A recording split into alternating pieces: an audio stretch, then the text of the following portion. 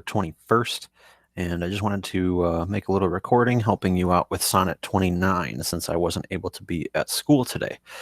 So here we go. I'm going to go ahead and present my screen and just give you a quick overview. So ideally, I would have been in class today and I would introduce you to the idea of the SIFT method of analysis that we use in our AP literature course. Today, specifically, we're kicking off our discussion of situation in poetry, so rhetorical situation.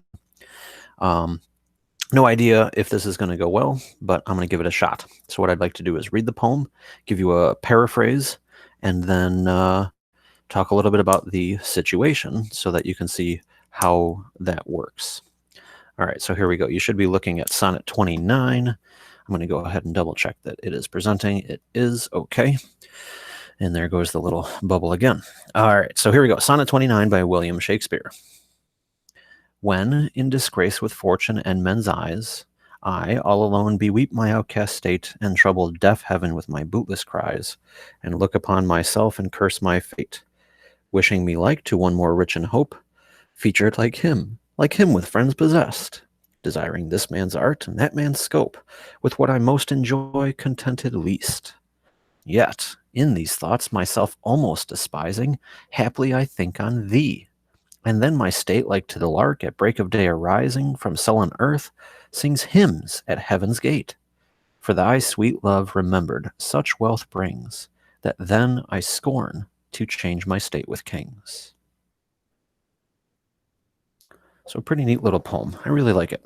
I had to memorize it back in my senior year of high school. I performed it to my English teacher. It's a whole good story. Ask me about it sometime. Okay, so one of the things that makes this poem difficult is, if you notice, there is one sentence. There's the period all the way down at the end. Of course, he breaks it up with some semicolons, which we know separates independent clauses, but the way that he writes it is very kind of convoluted. He's trying to fit the sonnet format, and of course, it's just William Shakespeare. So what I'm going to do is help you break it down and try and understand it. One of the things I'm going to do is try and do it in chunks rather than by line breaks. You notice there's no punctuation at the end of this line, so this is all one expression, these, lines 2, 3, 4. So just watch and kind of follow along as I go, and hopefully this will be of some assistance to you.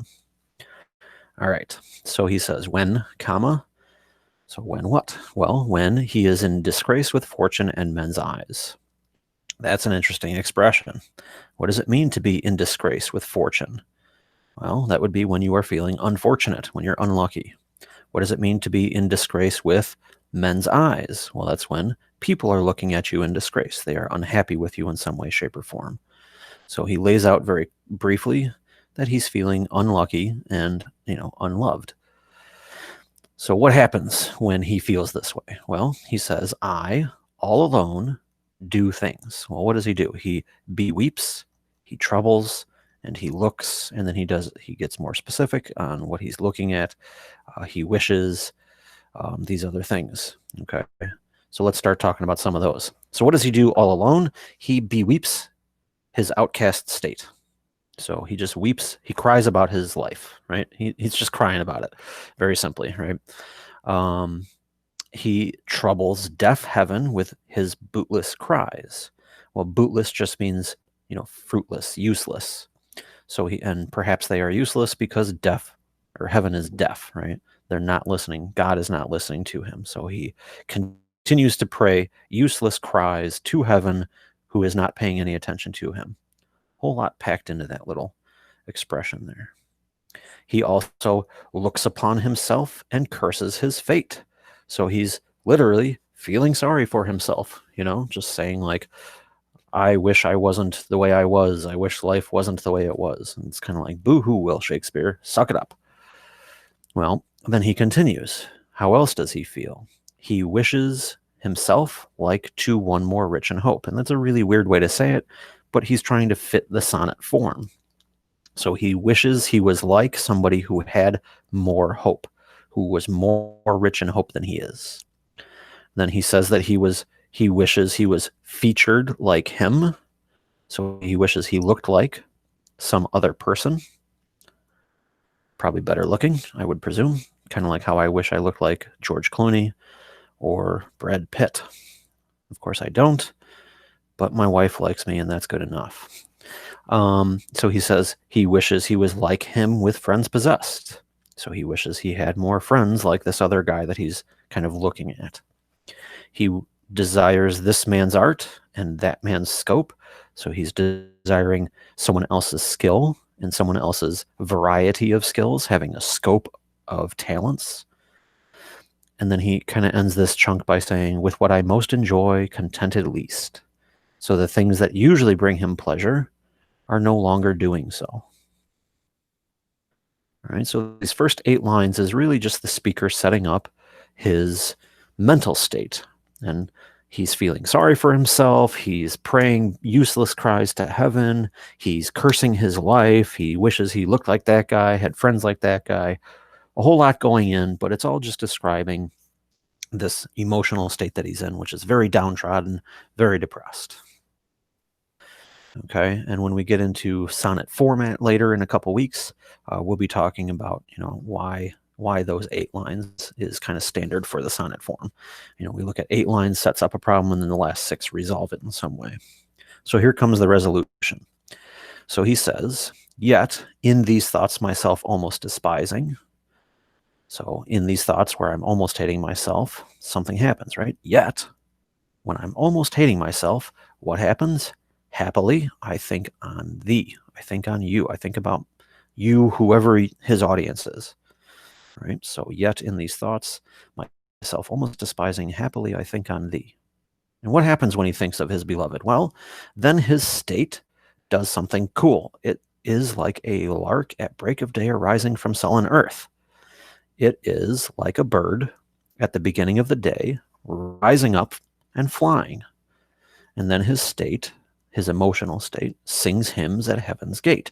So in these thoughts, when he's feeling all depressed, he thinks about his beloved, this person he's writing to or speaking to, and his emotional state rises like a bird and sings in the skies, right? And why does it do that? Why does his emotional state do that? Well, because the sweet love, so your sweet love remembered, such wealth brings. So remembering your love for me brings me so much wealth and joy and happiness that then I scorn to change my state with kings. Then I would never want to change my life, even with a king. Okay? So we've got kind of a big turn there at the end. This is the heroic couplet. You notice that the rhyme scheme joins them together, brings in kings, whereas the others skip lines.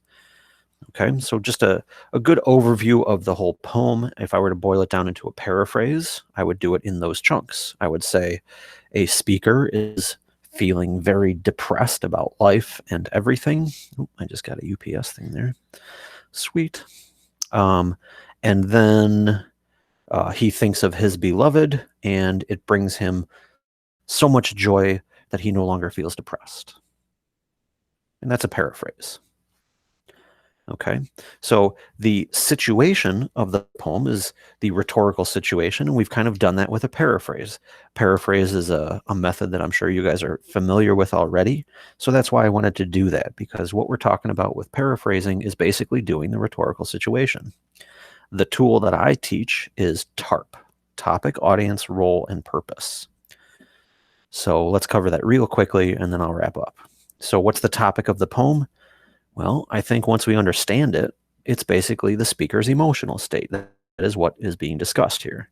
The emotional state being low and being raised by the thought, just the thought of this person that he loves. Okay, so that's the topic, is the speaker's emotional state. Well, who is the audience? Who is being spoken to? Well, we could draw all kinds of conclusions by looking up historical references to Will Shakespeare and who his beloved were, beloved people were, his wife, his children, his mother. Maybe, if you read some of the other theories about, his lover. But none of that really matters, because that's not what we're doing in this course. We're trying to stay in the text. Well, what do we know about this audience? Who is being spoken to? Well, we know that this person is that's being spoken to is being addressed directly, and that they have some sweet love for the speaker. So we know that whoever the speaker is addressing, it is someone who um, has some sort of intimate relationship with them. Now, we can't necessarily trust that the audience knows that this relationship exists. This is possible that it could be an unrequited love, right? Perhaps the speaker is pining after someone and they're just thinking of, this person that they obsess over. We don't know. There are some poems that do that. Not this one, though. Here in this case, that is the audience. And that's all that we know. We don't know anything else because the text doesn't tell us anything else. So let's not make any of those assumptions. Let's just stay with the text. So who's the speaker? And that's where the role comes in.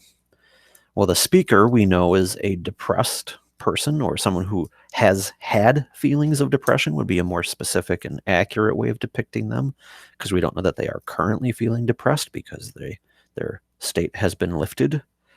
We know that they have someone that they think of in a very close and intimate manner because they refer to them as the, and the fact that the raises their emotional state, that they have, sweet love from this person, and that it makes them feel so good. They would never want to be like a king. They would, they just want to continue being who they are. So that's the role. And then the purpose is literally just to tell the beloved that their love brings them, brings the speaker so much joy that it helps them feel better. And that's really it. We know that that's the purpose because it says, "Haply I think on thee," and there you have it. So overall, the rhetorical situation, we've got a speaker telling a beloved about their emotional state and how the love they feel for each other helps them feel good, simply put. And that would be the really short paraphrase. I hope that helps. If you have any questions, feel free to text me, and I will get back to you as soon as possible. I'm going to go ahead and stop recording. See you on the next one.